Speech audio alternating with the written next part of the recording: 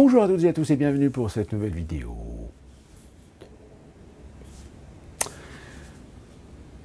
On retrouve un petit décor. C'est vrai que depuis quelque temps je fais beaucoup de vidéos en voiture parce que le temps n'est plus aussi libre qu'avant du fait de mon travail, du fait d'une demande qui fait que je fais de plus en plus d'heures. Donc il faut bien que je trouve un moment pour faire ces vidéos. Donc et évidemment le trajet en voiture me semble être le plus adéquat. Vous avez peut-être vu passer, alors on va en parler rapidement, concernant cette affaire, comment faire pour empêcher Trump de se présenter à l'élection présidentielle, voire à la primaire. Certains, comme je vous l'avais dit, nous ont dit que finalement, tant qu'il n'est pas condamné, rien ne l'interdit à être candidat à une primaire, rien ne l'interdit à se présenter à l'élection présidentielle. En revanche, alors c'est pour ça que c'est un peu bizarre qu'ils aient mis le procès aussi tard. Parce que je rappelle, normalement le procès doit commencer pour, je crois que c'est la Géorgie, le mois de mars 2024, donc après les primaires. Donc rien n'empêche actuellement Donald Trump de se présenter aux primaires, tant que le procès n'a pas commencé, rien ne l'en empêche. En revanche, il y a en effet, et là c'est un argument qui est en train de circuler, il y a le 14e amendement de la Constitution. Et dans ce 14e amendement de la Constitution, en effet, il y a bien un article, je crois que c'est l'article 3, qui stipule que si vous êtes reconnu coupable, si vous êtes reconnu comme ayant aidé, participé, engagé des événements, des processus contre les institutions, donc les institutions, c'est aussi bien le Parlement, le Congrès, le Sénat, la Maison-Blanche, les fonctionnaires, les hauts fonctionnaires de fédéraux, enfin toute la structure fédérale de Washington. Si vous êtes reconnu coupable d'avoir motivé, aidé, soutenu, disons le mot, une insurrection, eh bien dans ce cas-là, vous ne pouvez pas prétendre, vous ne pouvez pas être candidat à quelque poste que ce soit dans le système fédéral. Et donc cela inclut évidemment celui de président des États-Unis d'Amérique. Sauf, il y a quand même une petite particularité. Cette petite particularité, c'est si les deux chambres sont saisies et statuent en faveur du candidat. C'est-à-dire que même si Trump est condamné pour des faits qui rentrent dans le cadre de ce 14e amendement, de cet article 3 du 14e amendement, il pourra faire recours auprès des deux chambres pour invalider sa non-éligibilité.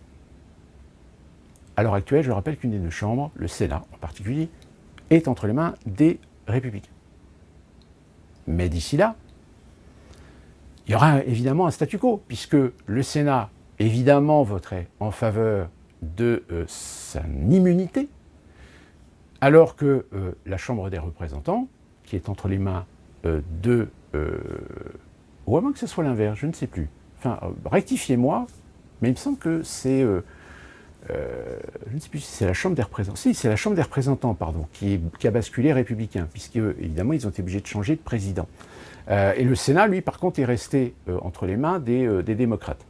Mais bon, peu importe, ça n'apporte rien à la situation. C'est que l'une des deux chambres, évidemment, donnerait raison à Trump et l'autre irait contre lui. Donc vous voyez, la situation, elle est loin d'être simple, elle est loin d'être résolvable, dirons-nous. Parce que, je le répète, tant qu'il n'est pas condamné, ce n'est pas parce qu'il est sous procès, etc., il est totalement libre de pouvoir se présenter à la primaire républicaine et, s'il est élu à la primaire républicaine, d'être candidat à la présidence des États-Unis d'Amérique. Si jamais un procès avant novembre 2024 venait à décider qu'il était coupable, alors déjà vous comprendrez que ça risque d'être très compliqué, parce que les sondages, si les sondages démontrent qu'il a une forte proportion d'Américains qui sont prêts à voter pour lui, ça veut dire que si on le condamne pour l'empêcher d'aller à la présidentielle,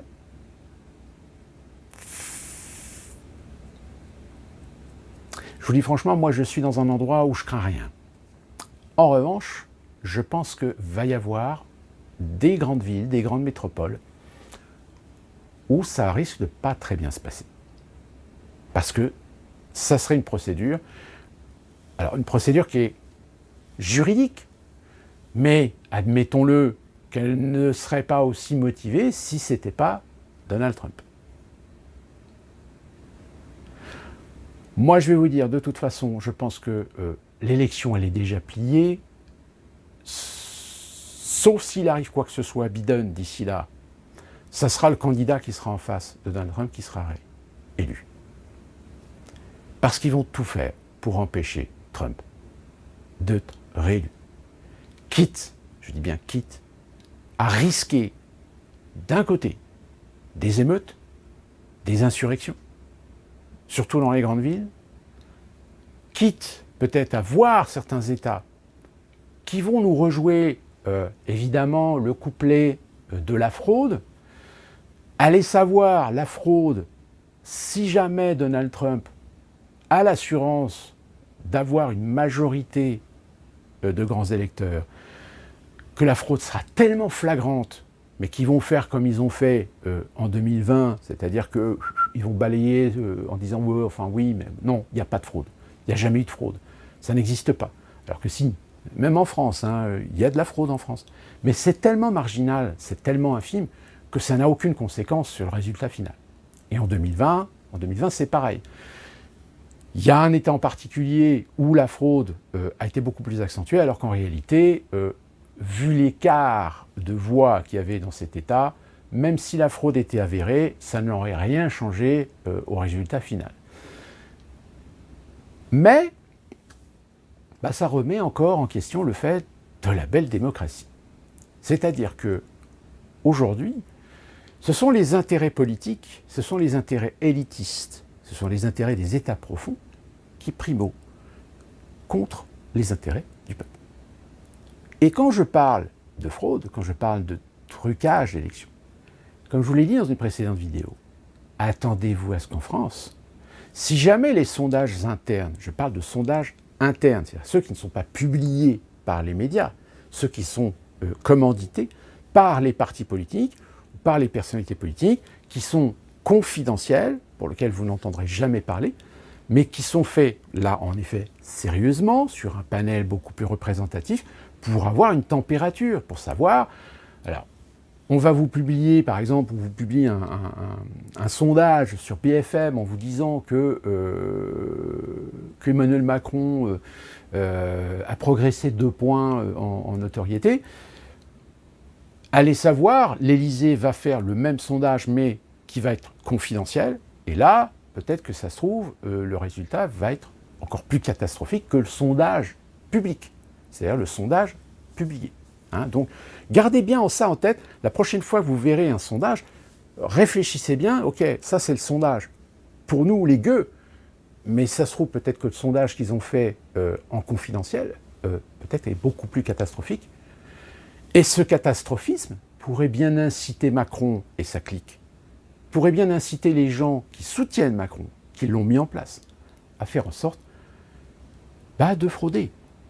Enfin, frauder, pas frauder dans le sens propre du terme, mais de mettre en place des outils qui permettraient de modifier les résultats finaux.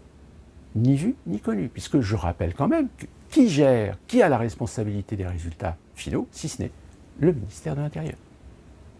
Donc au sein même du ministère de l'Intérieur, allez savoir si ce n'est pas un de ces partenaires privés qu'on va payer pour gérer l'élection présidentielle,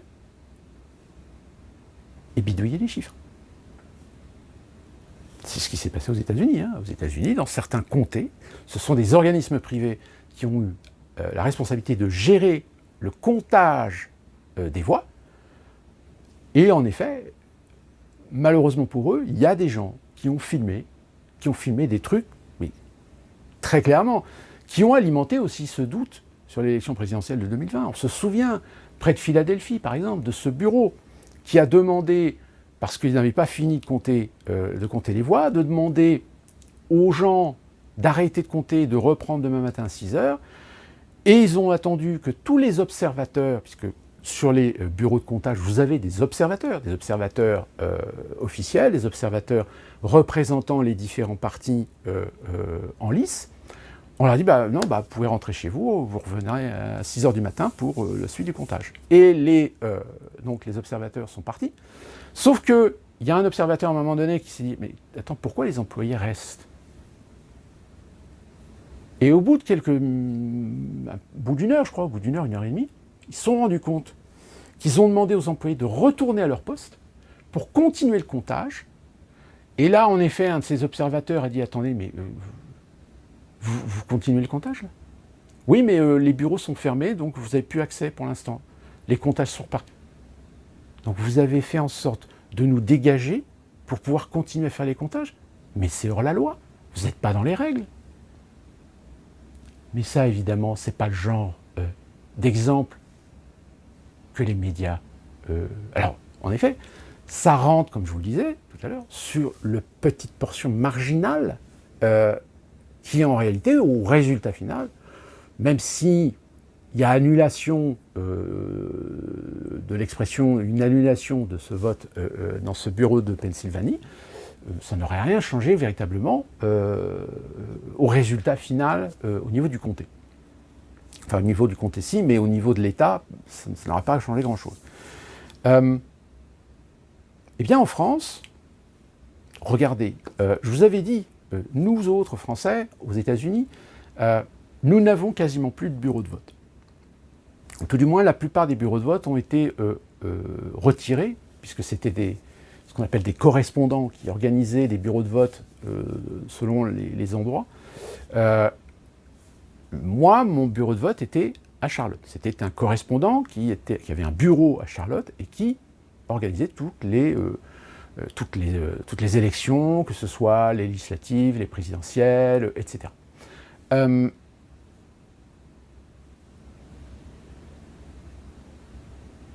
Ce bureau, enfin cette personne, son contrat n'a pas été renouvelé. Et on nous a dit, non, maintenant, votre bureau de vote, c'est à Greenville. Greenville, c'est quand même à 200 bornes.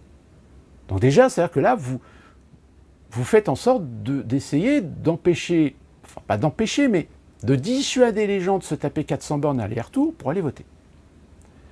Évidemment, il y a le vote par correspondance, mais ils ont mis en place, pour nous les expatriés, alors depuis les législatives, on ne l'a pas fait pour les présidentielles, parce que les présidentielles, pour l'instant, c'est trop important, mais pour les législatives, nous avons voté par Internet. C'est-à-dire nous avons voté pour nos représentants, pour les Français de l'étranger, nous avons voté par Internet. Donc c'est bien que c'est quelque chose qui progresse, c'est une technologie qui progresse. Mais il y a eu quelques petits pépins, c'est-à-dire que aux États-Unis, il y a certains Français dans certaines circonscriptions, puisqu'on a des représentants, il y a 3 ou 4 représentants français pour les États-Unis, où ça n'a pas marché. Donc il y a eu des bugs, les codes d'accès n'ont pas fonctionné, il y a eu quand même des micmacs. Mais le problème du vote Internet, c'est comme le vote électronique, c'est pareil, ça reste du digital. Et le problème du digital, c'est que ça ne garantit pas une sécurité absolue, même si les sociétés qui s'occupent de ça vont vous assurer qu'ils sont au top niveau de la sécurité. Preuve que non, puisque là, on a un laboratoire d'observation astronomique important qui vient de se faire hacker et qui est en stand-by, c'est-à-dire que tout est bloqué, tous les systèmes sont bloqués, etc. Alors que pourtant, c'est un organisme qui, je pense, a investi des millions de dollars dans des systèmes de protection, dans des systèmes de pare-feu, dans des systèmes de barrage, pour éviter justement que des pirates informatiques rentrent dans les systèmes et finalement aillent trifouiller, collecter des données, voire même bloquer les systèmes. Donc, ça la fout mal, parce que quand vous avez des organismes qui sont censés posséder des informations importantes, des informations sensibles, qui vous assurent ceci, en réalité non. D'ailleurs, la preuve, c'est que même quand vous-même vous signez un contrat comme quoi vous engagez à avoir lu les conditions d'utilisation, etc. Bon, en général, je suis sûr que tout le monde, vous qui me regardez, n'a jamais lu les conditions. Et dans ces conditions, il y a en effet que la société engage sa responsabilité pour la mise en place des moyens pour assurer la sécurité des données personnelles, mais qu'elle n'est pas responsable en cas d'attaque réussie. C'est-à-dire que si jamais cette société se fait hacker, bah vous, vos données personnelles, la société va dire bah non, vous avez signé vos conditions générales d'utilisation, donc vous êtes au courant que si en effet on doit vous garantir la sécurité de vos données, bah malheureusement rien n'est parfait et que ça peut arriver. Vous voyez encore, c'est une petite subtilité. Hein, c'est comme les vaccins, c'est pareil. Hein, faites-vous vacciner. Après, si vous tombez malade ou si vous avez des conséquences, des effets secondaires permanents, ou si quelqu'un meurt, ben oui, mais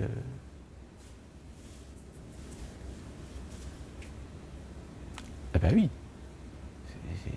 Ne doutez de rien du fait que sur ces niveaux de responsabilité, tout le monde se protège le cul. Et qu'au final, le baiser, c'est vous.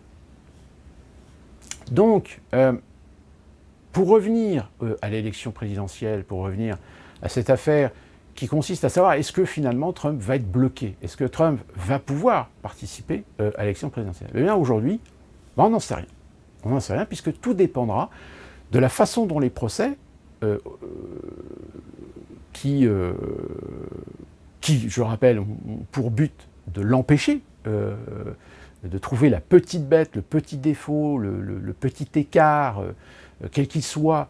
Alors certains diront, oui non, c'est pas des petits écarts, c'est hyper grave ce qu'il a fait, etc. Mais j'ai envie de vous dire, oui, c'est hyper grave ce qu'il a fait. Mais tout le monde le fait. Tous ses prédécesseurs l'ont fait. Si vous fouillez bien, si vous grattez bien, vous allez trouver des défauts, vous allez même trouver des actes anticonstitutionnels chez tous les présidents des États-Unis d'Amérique, comme vous pourrez en trouver également chez tous les présidents français. Il suffit de gratter.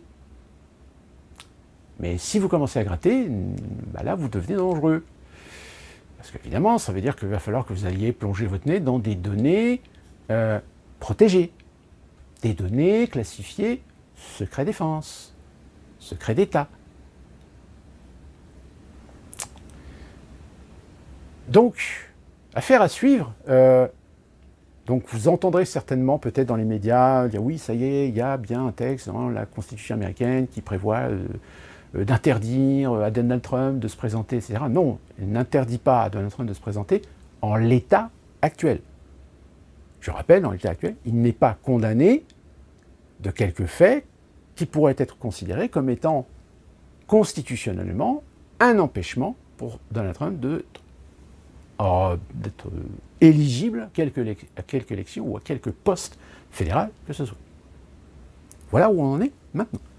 Alors maintenant que certains aient le fantasme de dire oui, ça y est, c'est bon, de toute façon, il va se faire dégager, etc.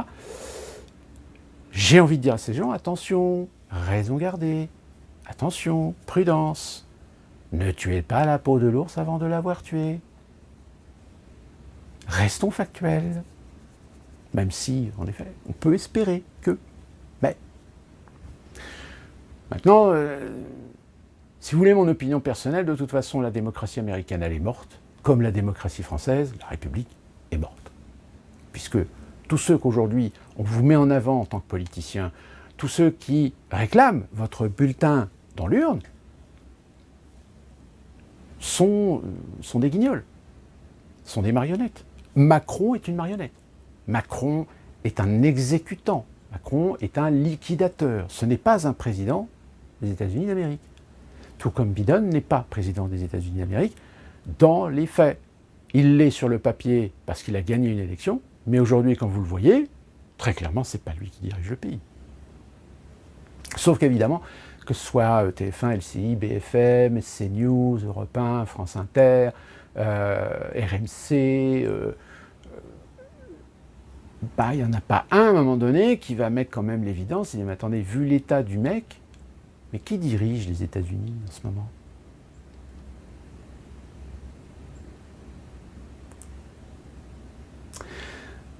Donc voilà pour ce sujet. Et je vais vous donner une petite info intéressante peut-être pour vous qui suivez cette chaîne.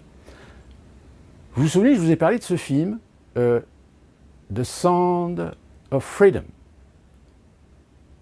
Eh bien, ça y est, il y a bien une exploitation qui va être faite en France à partir du 15 novembre, je pense.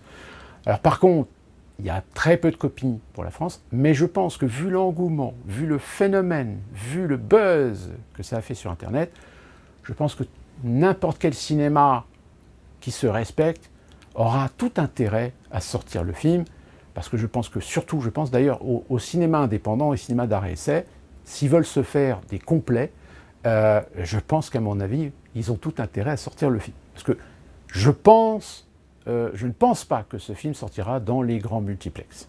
Ce film est beaucoup trop polémique. Ça fera d'ailleurs à peu près le même effet que le film Vaincre ou mourir, qui a été sorti en salle, en espérant qu'il tiendrait qu'une semaine, et puis finalement il est resté à l'affiche parce que les résultats, les entrées sont quand même pas trop mal. Et je vais aussi, toujours dans le cinéma, pour vous montrer un petit peu vraiment l'évolution, ce même film, Sound of Freedom, a obtenu un résultat en recettes aux États-Unis équivalent à celui d'Indiana Jones. Je parle sur le marché américain, hein, quasiment. C'est-à-dire que quasiment, Sound of Freedom, à un moment donné, a dépassé la recette de celle d'Indiana Jones. Là, je vous parle aux États-Unis, je ne parle pas mondial. Hein. Alors là, au moment où je vous parle, Indiana Jones est repassé au-dessus. Mais ça bouscule les institutions. Ça bouscule les acquis. Et ça, je pense que c'est très intéressant. C'est très intéressant parce que ça veut dire qu'il y a des producteurs, des petites productions indépendantes aux États-Unis qui vont certainement exploiter le filon de ces films qui, par des fictions, vont dénoncer les écueils, les travers du pays sur le plan idéologique, sur le plan politique, etc. Ça va être une affaire à suivre parce que je pense que ça va être très intéressant. Donc voilà pour cette petite vidéo, et d'ici là qu'on se retrouve pour une prochaine vidéo, portez-vous bien.